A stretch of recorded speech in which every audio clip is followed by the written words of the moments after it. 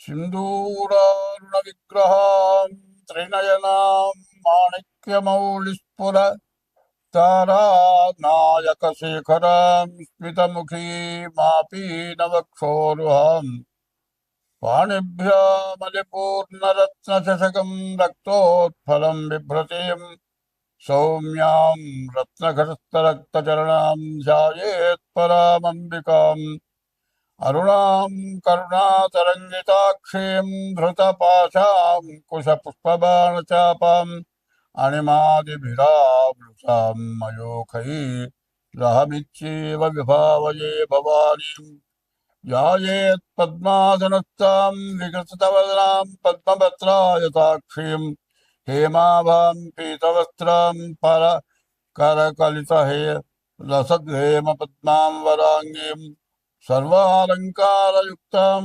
सकलमभयदां सर्वसम्पत्प्रदात्रीं सकुङ्कुमविलेपनामलिकचुम्बिकस्तूलिकां समन्दहसितेक्षणां ससदचापपाशां कुशाम् अशेषजनमोहिनीमरुणमाल्य भूषाम्बरां जपा कुसुमभासुरां जपविधोस्मरेदम्बिकां 2026 సంవత్సరం ఫిబ్రవరి నెల మాస ఫలితాలు చెప్పుకుందాం.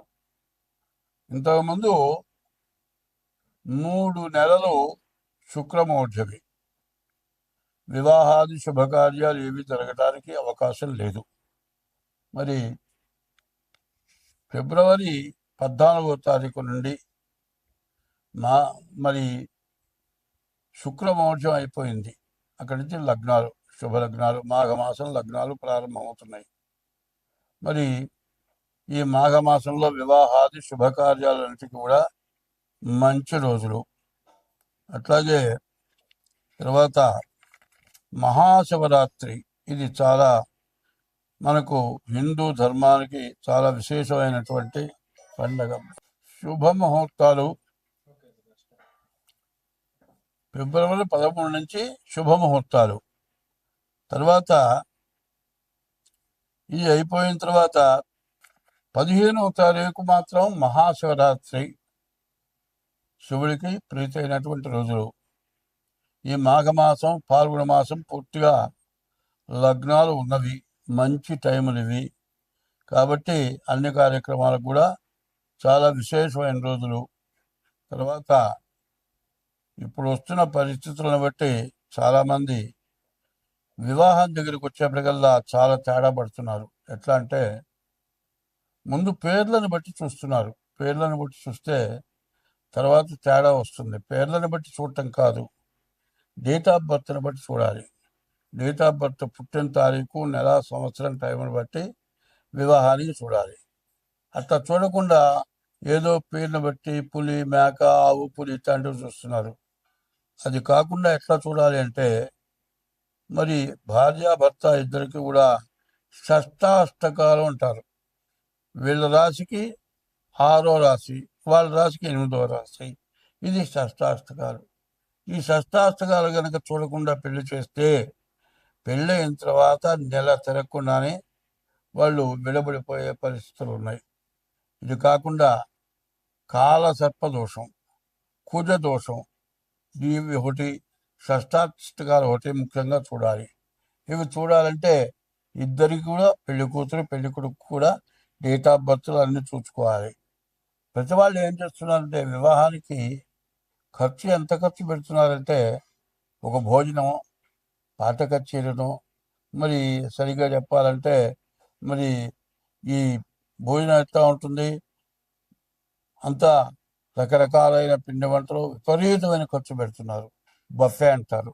ఈ బఫేలో వాళ్ళు 20 రకాలు చేస్తే వాళ్ళు 30 చేయాలి, వాళ్ళు 50 చేయాలి, ఒకళ్ళు 60 చేయాలి, పాట కచేరీ పెట్టాలి. ఈ పెళ్లి జరిగేటప్పటికి ఖర్చు దాదాపు లక్షలు పెడుతున్నారు. కానీ ముఖ్యం ఏంటంటే పెళ్లి జరగాలి అనేటట్లయితే, పెళ్లి జరిగితే రేపొద్దున భార్యాభర్తలు ఇద్దరు కూడా కలిసి శాశ్వతంగా జీవించాలి. అది కావాలి అంటే సరైన తెలిసిన వాళ్ళ దగ్గర చూపించుకొని పెళ్లి చేయాలి.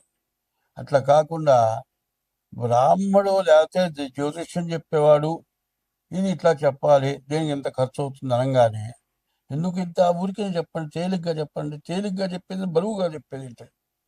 తేలిగ్గా చెప్పాలంటే డేట్ ఆఫ్ బర్త్ లేకుండా చెప్పలేము. డేట్ ఆఫ్ బర్త్ లేకపోతే హస్త సాముద్రిక ద్వారా చెప్పాలి. వీళ్ళ కళ్యకుంటుందా ఉండదా, విడబడిపోతారా? అది తెలుసుకొని పెళ్లి చేయాల్సిన బాధ్యతలు తల్లిదండ్రులకు ఉన్నాయి. తర్వాత పిల్లలు చదువుకొని ఉద్యోగం చేస్తున్నారు. ఉద్యోగం చేస్తుంటే ఆడపిల్ల మగపిల్లలు కూడా అక్కడ ఉద్యోగం చేస్తున్నారు. వీళ్ళు మాట కలిసి మేము ప్రేమించుకున్నాం, మేము పెళ్లి చేసుకుంటాం. వాళ్ళు సెటిల్ అయిపోతారు. సెటిల్ అయిపోయి తండ్రుల దగ్గరికి వచ్చి నేను ఒక అమ్మాయిని ప్రేమించాను, నేను పెళ్లి చేసుకుంటాను. మరి అదే మన కులం కావాలరా, గోత్రం కావాలరా అంటే కాదు, నేను ఈ పిల్లని అయితేనే చేసుకుంటా, లేకపోతే చేస్తానంటాడు. సరే వాళ్ళు ఒప్పుకోరు. మా దగ్గరికి వస్తారు, ఏమండి మేమిద్దరం ప్రేమించుకున్నాం, మాకు కుదురుతుందా కుదరదా చెప్పండి అని అడుగుతారు. ఇవాళ మీకు కుదరదు అని చెబితే మానుకుంటారంటే మానుకోరు. మానుకున్నప్పుడు మంచిగా చెడ్డ చూసుకోవాల్సిన అవసరం ఏముంది? ఇప్పుడు పెళ్లి చేసుకోవాలంటే ముందు జాతకాలు కలిసి లేవో చూడాలి. చూసిన తర్వాత పిల్లలు చూడాలి. అది లేకుండా పెద్దవాళ్ళు కానీ చేసుకుంటే పిల్లలు కానీ స్వతంత్రమైన తీసుకొని ఈ విధంగా చేసుకొని నెల 2 నెలలు తిరగానే కోర్టుకెక్కి మరి విడాకులు రాక విపరీతంగా కోర్టులో ఇవన్నీ మూలుగుతున్నాయి. లాయర్లు కూడా విసుక్కుంటున్నారు. కాబట్టి నేను చెప్పబోయేది ఏంటంటే, ఎవరైనా సరే వివాహాలకి టైము కాబట్టి ఈ టైంలో జాగ్రత్తగా డేట్ ఆఫ్ బర్త్ ద్వారా మాత్రం మీరు వివాహానికి కుదురుతుందా లేదా అనేది చెప్పాలంటే మేము చెబుతాం. అయితే దానికి తగిన ఫీజు తీసుకొని చెబుతాం. ఇట్లా చేసుకుంటే మీకు అన్ని విధాల మంచిది. 2026 సంవత్సరం ఫిబ్రవరి నెల 9వ రాశి ధనస్సు రాశి. ఈ ధనస్సు రాశికి అధిపతి ఎవరయ్యా అంటే గురువు. ఈ గురువు బాగాలేడు. దాదాపు ఈ రాశి వాళ్ళకి శుక్రుడు, రవి, రాహు బాగున్నాడు. ఈ శుక్రుడు, రవి, రాహు బాగుంటే, రవి బాగుంటే ఉద్యోగం మంచి ఉద్యోగం, ఉద్యోగంలో ప్రమోషన్లు వస్తాయి. వివాహం కావాల్సిన వాళ్ళకి వివాహం అవుతుంది. రాహు బాగున్నాడు. రాహు వల్ల మీకు రావాల్సిన డబ్బులు వస్తాయి. అంతవరకు పర్వాలేదు. కానీ కుజుడు ద్వితీయంలో ఉన్నాడు. మరి శని అర్ధాష్టమంలో ఉన్నాడు. ఈ శని కుజుల వల్ల విపరీతమైన నష్టాలు, ఇంట్లో అనారోగ్యాలు, దెబ్బలు తగలటం, రకరకాలైన అనారోగ్యాలు ఏమి ఉండదు. ఒక్క జలుబు చేస్తుంది. ఈ ఒక్క జలుబుకి ఎన్ని మందులు వాడినా తగ్గదు. ఎన్ని మందులు వాడినా జలుబు తగ్గకపోగా చివరికి ఏమవుతుంది? ఎన్నాళ్ళైనా సరే ఏమిటి అంటే ఇంకా 10 రోజులు చూడాలి. ఇంకా ఇప్పుడు చెప్పలేమంటారు. అట్లా నెల 2 నెలలో 1 లక్ష 2 లక్షలు ఈ జలుబు ఖర్చు పెడతారు.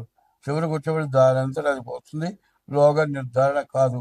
మనం ఏమనుకుంటాం? డాక్టరు డబ్బులుగా చేశాడు, రోగ నిర్ధారణ చేయలేదు అని మనం అనుకుంటాం. కానీ ఆ రోగ నిర్ధారణకి తగినటువంటి పద్ధతులు కనపడక వాళ్ళు అట్లా చేస్తారు. చివరికి కుజు బాగుండకపోతే ఇట్లాంటి సమస్యలు బాగా ఎక్కువగా వస్తాయి. రక్త సంబంధమైన వ్యాధులు, జలుబు సంబంధించిన వ్యాధులు ఇట్లాంటివన్నీ కూడా వచ్చి విపరీతమైన ఖర్చులు. మరి శని కుజుడు బాగుండకపోతే చాలా సమస్య. విపరీతమైన ఖర్చులు, విపరీతమైన బాధలు ఎక్కువ ఉంటాయి.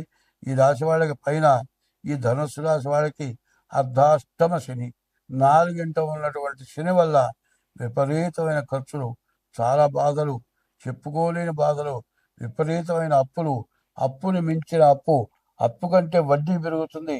బాకీలు తీర్చలేకపోవటం, ఆస్తులు అమ్మినా కూడా బాకీలు తీర్చలేని పరిస్థితులు రాబోతూ ఉన్నాయి.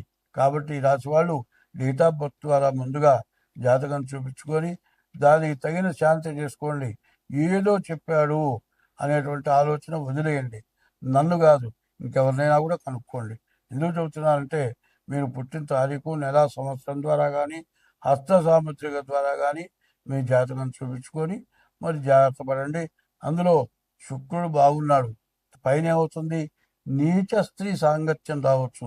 నీచ స్త్రీ వల్ల దానికి మోసపోయి సర్వస్వం కోల్పోయి, ఇల్లు, పెళ్ళం, పిల్లలు మొత్తం సర్వస్వం పోయి, నీచ స్త్రీ సాంగత్యం ఓ 2 ఏళ్ల పాటు చేసి, ఆ 2 ఏళ్ల తర్వాత అది నిన్ను వదిలేసి నీకు దిక్కు లేక, ఇల్లు వాకిలు లేకుండా, తల్లిదండ్రులు రథానికి రాలేక, భార్య పుట్టింటికి వెళ్ళిపోయి చాలా రిస్కులు పడే పరిస్థితి ఈ రాశి వాళ్ళకి కనబడుతుంది. కాబట్టి మరి ఈ ధనుస్సు రాశి వాళ్ళు చాలా జాగ్రత్తగా ఉండాలి. ముందు డేట్ ఆఫ్ బర్త్ ద్వారా జాతకం చూపించుకోవాలి. పైన ధర్మో రక్షతే రక్షత, నీవు ధర్మంగా ప్రవర్తించాలి. అధర్మంగా ప్రవర్తిస్తే మాత్రం నీవు చాలా నష్టపడతావు. ఎంతమంది ఎన్ని చేసినా సరే నువ్వు సత్యధర్మాల కట్టుబడి ఉండడం ఒకటి, ఎప్పుడు దైవాన్ని నమ్మడం ఒకటి, తల్లిదండ్రులకు అన్నం పెట్టడం ఒకటి, మరి భార్య ఇంటికి లక్ష్మి, గృహలక్ష్మి, భార్యని ఇబ్బంది పెట్టకుండా ఉండటం కానీ ఇవి చేస్తూ మీ డేట్ ఆఫ్ బర్త్ ద్వారా మీ జాతకం చూపించుకోండి. అన్ని విధాలు బాగుంటుంది. స్వస్తి.